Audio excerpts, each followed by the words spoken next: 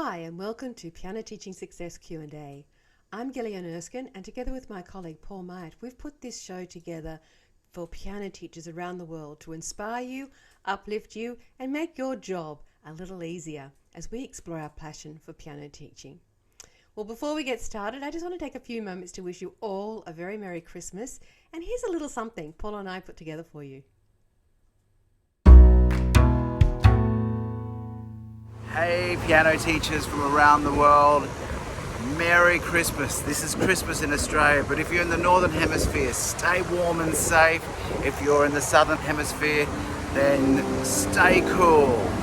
This is a little musical tribute for Christmas from Gillian and I.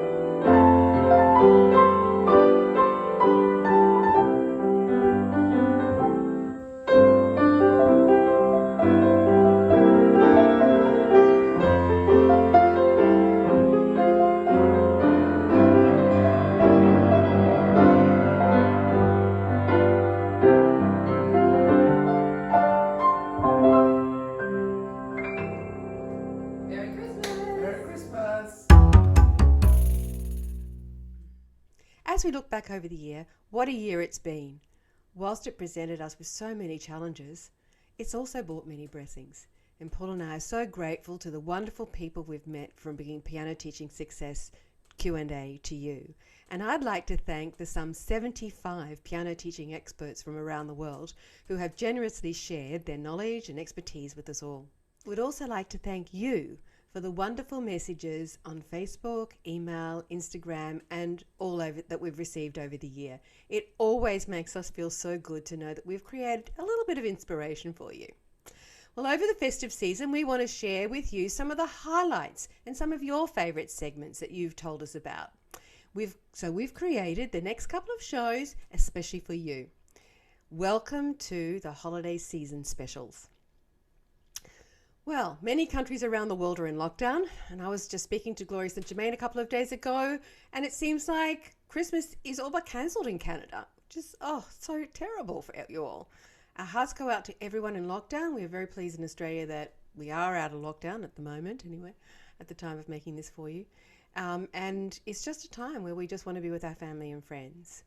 So being our Christmas special, I thought we might revisit some of the fun and frivolity we've shared this year with some of the great ideas to inspire you and your teaching next year as you sit on the couch, munching your Christmas goodies and having a drink of your favourite concoction.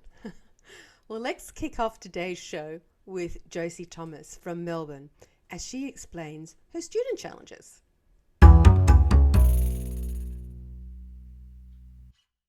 But what I do for all students is I give them a challenge. Well, there's several challenges. Again, learning it from seminars. There's the How Learn It 40-piece challenge, doing 40 pieces in a year. They do not all have to be whatever level they're doing. If they're doing grade 3, they don't have to be 40 pieces at grade 3 level. They can be much, much simpler. In fact, I encourage that. Plus, their own pieces that they create, because quite a few of my students will create their own pieces. So that's one challenge I do. The other one is I learnt from a teacher called Tembi Shares who had a pirate challenge. Mm-hmm. And she had different activities in different sections, which was overall music development. And when the student, they choose an icon and then they make a little drawing or whatever they do get it from the internet. Then when they finish the activities in that section, they would put their icon on there. And I've kind of developed that into making a lot more work for myself. And so when they complete, say in performance, the performance section, they then there are 7 options. although I think I've got to reduce them this year. There's not going to be a live concert as such. They then put up the number 1 for the live performance, number 2, transpose something, surprise me, learn a piece by yourself. They put the actual number icon on that area in the chart. And I've also given them a choice of different themes. So not only do we have a pirate challenge, we have a space, and we also have a medieval dragon challenge. We've got a couple of your beautiful charts up here. So that one's that's the space one.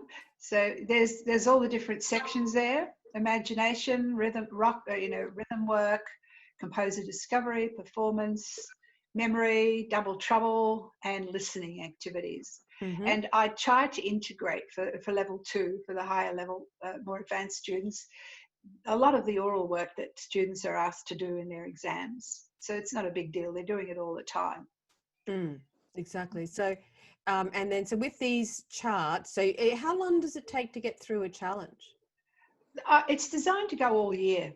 Yeah, I was thinking. All year. It's a lot of stuff there, and some of it they got to do at home. So it goes all year. Now, I've been unable to do too much of the rhythm because of being in lockdown. I mean, there's one little section there where they've got to jump on the trampoline in time. Well, it's not going to happen, is it? Can't go outside unless they use that hour for that. That's right. So yeah, and there's our pirate chart. So each area has activities to do that they have to complete. And then in the pirate one, do they have little icons, or they have a little, what do they have? Yes, you can see some of the icons. Yeah. Interestingly enough, mostly are girls that want to be pirates.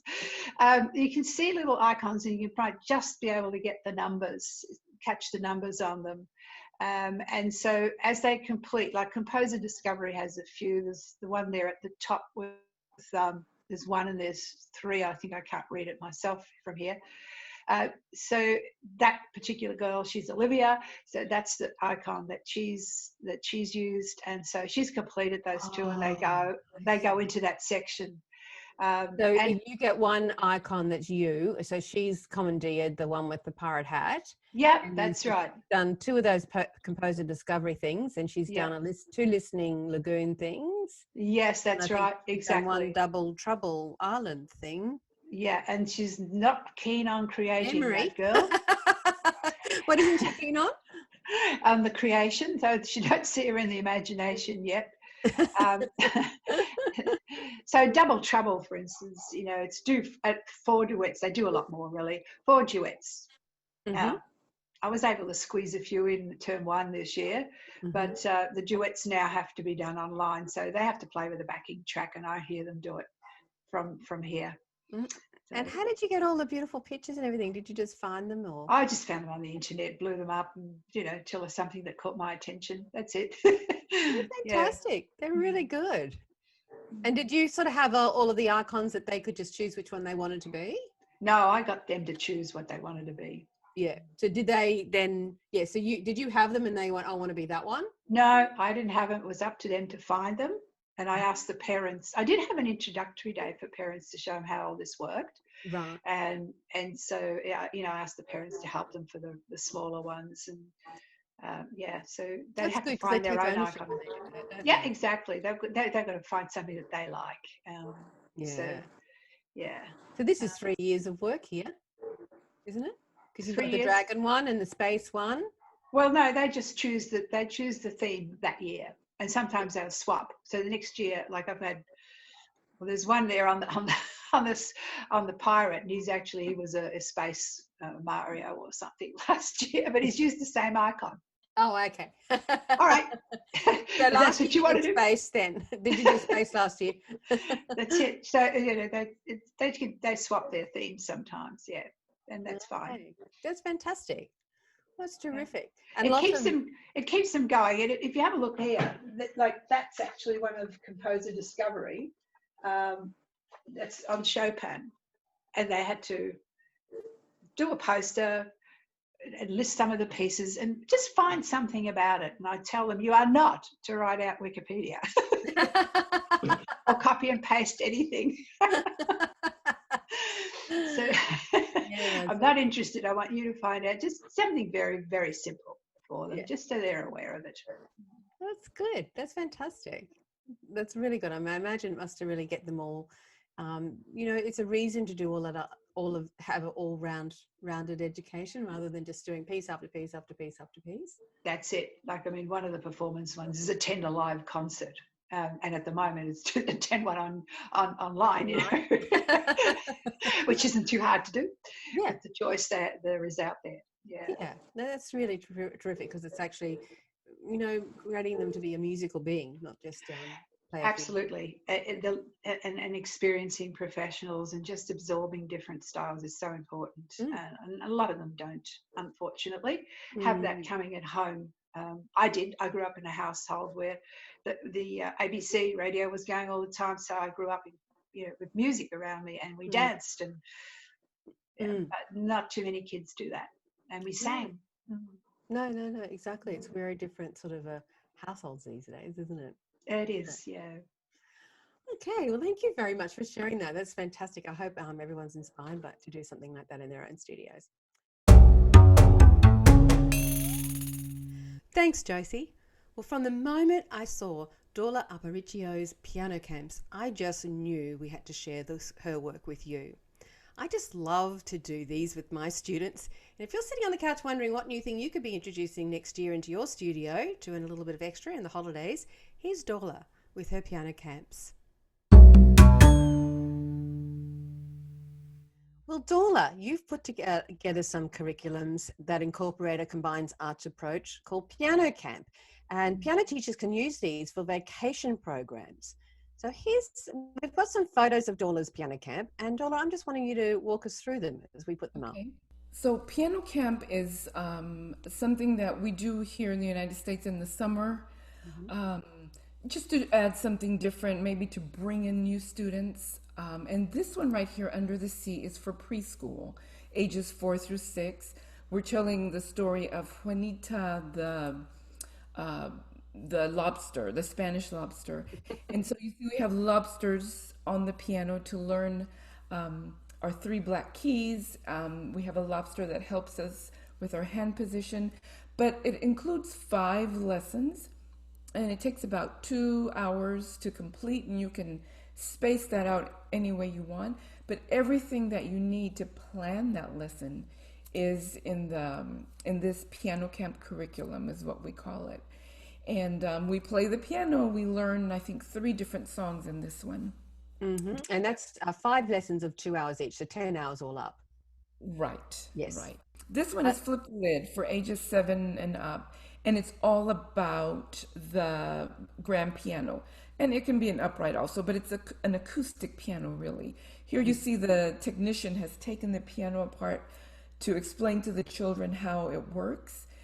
And then included in the lessons, we go each lesson through a different part of the piano, how it works. There's beautiful illustrations in it, so the children can label it. And also, they put things inside the piano and play the piano. It's very carefully done. Yeah. It's so that the students can understand what a prepared piano is and the history of the piano, and make it so much more interesting. Yeah. And the other one I really love is your STEM one.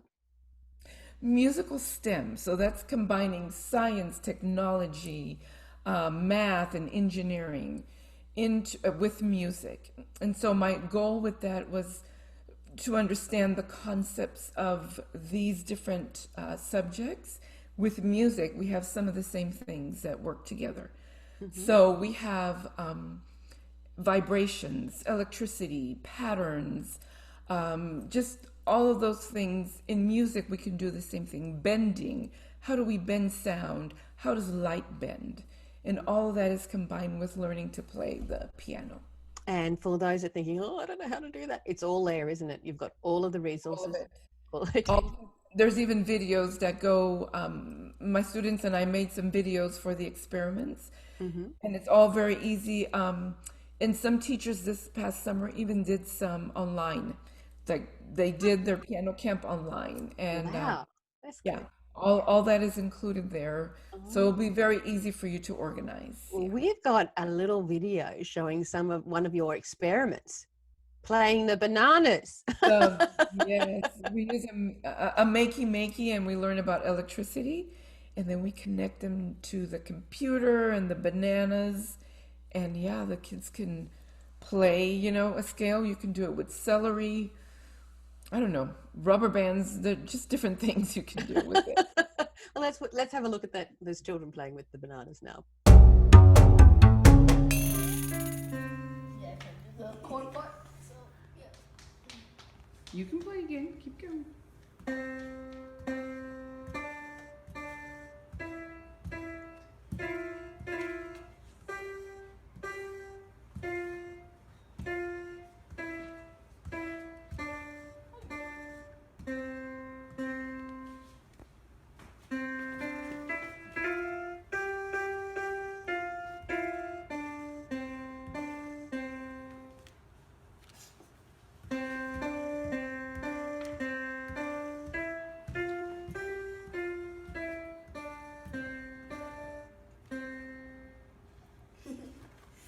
Wait, what is it? Does that sound the same?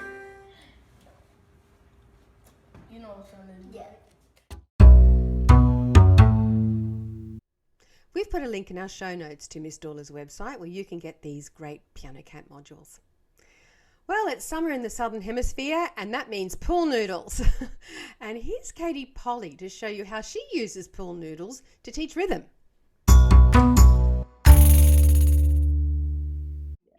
And tell us about your steady beat noodles. My steady beat swords, they are so much fun. Oh. I'll take off my virtual background because I can actually demonstrate them a bit better without that on. So basically they are pool noodles cut into thirds, and then this is just a little bit of tape around the bottom of them, and they create swords. So what we actually do is I will put a track on, and it could be just a straight super metronome backing track with just a drum beat, or you can actually put on, like yesterday when I was using with a couple of my students, we used Can't Stop the Feeling from Trolls. So we then either hit in time, so it's a battle, you don't actually hit them, you can hit them on the floor if you're trying to stop children from hitting each other, which I often do in my school classroom because I use these at school as well, and they become, it's fun to have 25 year fours each with a noodle. So we've all got swords, and we can start off by hitting the floor.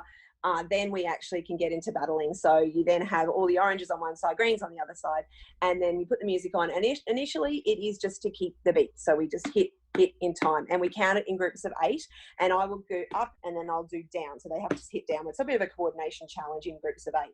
Then we can actually introduce rhythms. So then we can actually start to say, we go ta, ti, ti, ta, ta, ti, ti, ta. And we actually then do it in various sets of rhythms depending on the level of the children, and it is a load of fun, and I feel like I have just as much fun as the children, which is a bit sad. Lightsaber. It is very much lightsaber, so it works really well with some of the Star Wars music as well. You could put on Darth Vader's theme and do a bit of steady beat swords to the Star Wars music too. That's fantastic. So you can do this with, well, you can just do it with your student or yourself, I guess, or you can get Absolutely. So you can do it in a paired situation with the student who's coming or going. You can do it with your own children if they're hanging around. I can do it with the student, especially if I'm really trying to work on a particular rhythm or a particular beat, or if it's something to do specifically with one of their pieces, I'll pull it out in the lesson and just use it that way. And you can do it with a whole class of students of either Dorla's size class or 25 children in a room. So they work in many different ways. Awesome. That's so great. Thanks, Katie. Well, I don't know about you, but I think that seems like a lot of fun. Well, we all like to have a full schedule of students, and I just love this episode where I spoke with Brian Chung, a retired vice president of Q+A Corporation, who explained how we can work in a golden quadrant, where we as music teachers are in demand. We can attract more into our lives and make our jobs just that little bit easier. Sound like Nirvana? It is possible, and here's Brian to tell us more. So let's look at what is recreational music making. Brian, could you talk to us about that? Sure can, yes. Gillian, when you started, you mentioned that RMM was an acronym, and it stood for 3 words, Recreational Music Making. And the whole concept, as you said, it's a philosophy. It's a way of thinking about music making differently, perhaps, than the way we've thought about it for many years. The idea is that it's not based on achievement. It is not based on mastery or performance, again, as so much of music making has been for so long. It's about creating fun, really enjoyable, fulfilling experiences for people, regardless of their skill level, regardless of their age, and invite people who have never dreamt that they could even be close to music making to come in and tell them the water's fine. Be part of what we're all about. And if we can do that, my feeling regarding RMM is that it's the key that can help us transform the entire music making world. If we can do this well and we can embrace it, we can change our world. And we're going to do, as a bit of an introduction, Brian, I first became aware of your work through your presentation for MTNA conference this year. It was just so thought-provoking. It's something I feel every piano teacher should see. And we'll put a link to that video, the full video, in the show notes. But in the meantime, let's run through some of the key points of that presentation. Tell us about the 95%. Sure. There is, I like to use this iceberg. Now, if we imagine this is the population of, in this case, I used population of the United States. You know, we'd like to think that we're reaching out to everybody, but the reality is, like an iceberg, there's only a certain part of the population that we ever see. It's the little tip. And I used it, I used just a rough idea. I said, maybe 5% are serious music making. Now that's really optimistic. Yeah. If we said serious pianists, the number would be really, really small. So the reality is, if you look at what's underneath that part of the iceberg, what's beneath the surface, is millions and millions of people who are just not with us. We are not on their radar. People who never played or never thought they could play. They actually could do it if given the right opportunity. Or people who dropped out, you know, people who just said, I quit. And if we use this idea of the other 95% that we don't see, in America alone, that would be over 270 million people who always wanted to do what we do, have just never felt comfortable in it. And again, with the idea that if we can invite them in to be part of what we do, if we can get them to embrace music, there's ways that they will transform everything for us. I don't know if you want me to talk about my quadrants. I do. Your Golden Quadrant. Okay. Tell us about that. Yeah, you can watch the video, and I just give you the skinny on this. I divided activities that people get involved with into 4 quadrants. If the quadrants are higher, it means they have a higher impact on the world. Okay. If they're on the bottom, they're lower impact. And then if that's on the left, just a very small number of people participate. And then if they go to the right, lots of people are participating. So you see the 2 on the bottom. They're not ones I want to talk about now because they have a very low impact. Like, I mean, if there was a National Association of Snow Shovelers, I mean, who would really care, right? So nobody would care, especially in California. So that's that lower left quadrant. It's a low impact on a small number of people. Then there's on the bottom, there's also one on the bottom right of that chart, showed a low impact on a large number of people. And that's like things like video games and things that, you know, millions of people do them, but they really don't affect the world very much. What I want to focus on are those 2 top quadrants of high impact. One says on the left, it says high impact on a small number. And the reality is that's us. But the one thing that we can never do from that place, that's that quadrant, is to reach our dreams. When I say that, I mean this place of fulfillment where all of us feel like, wow, if this couldn't be better, that we would be respected, that we'd be honored. People would look at us with a sense of honor that they give to a lot of the sports coaches and other people besides us, that when it came time for budget time for people in institutions, they wouldn't give all the money to the sports department or the technology budget. They would fund the music budget. We always seem to be second fiddle for in so many places. So the idea is that if we could cross that chasm, move from the upper left quadrant into the golden quadrant, which is high impact on a large number of people, everything changes. As soon as you get lots and lots of people doing what you're doing, it elevates everything. And we know that because sports and computers are the prime areas in which they have reached cultural imperative status. In other words, everybody feels like their kid should be in sports. Everybody feels like they have to be in computers in some way. So those folks are in first class. Everything goes the way they want. We can get there, but we need RMM to take us there. Yes, and it can happen in a relatively short period of time. And you use a soccer analogy about that, don't you? I do. Do you call it soccer? Yeah. Okay, because I think it's the UK guys call it football. That's right. Okay, I know you have other kinds of football with Aussie rules and other things. I get a little confused. Okay, so anyway, I tell a story about a sport that was really that found its way into the Golden Quadrant, but it was not expected. This is a slide of 1974 when I was a senior in high school here. And nobody knew about soccer. It was just kind of a bizarre sport to most of us. We couldn't figure that out because you couldn't use your hands. So nobody did it. So the interesting thing was 15 years later from that, when I was married and had 3 kids, that time, I put all 3 of my kids in soccer. And it was like I couldn't believe I was doing this, but every single parent around me in my world had their kids in soccer.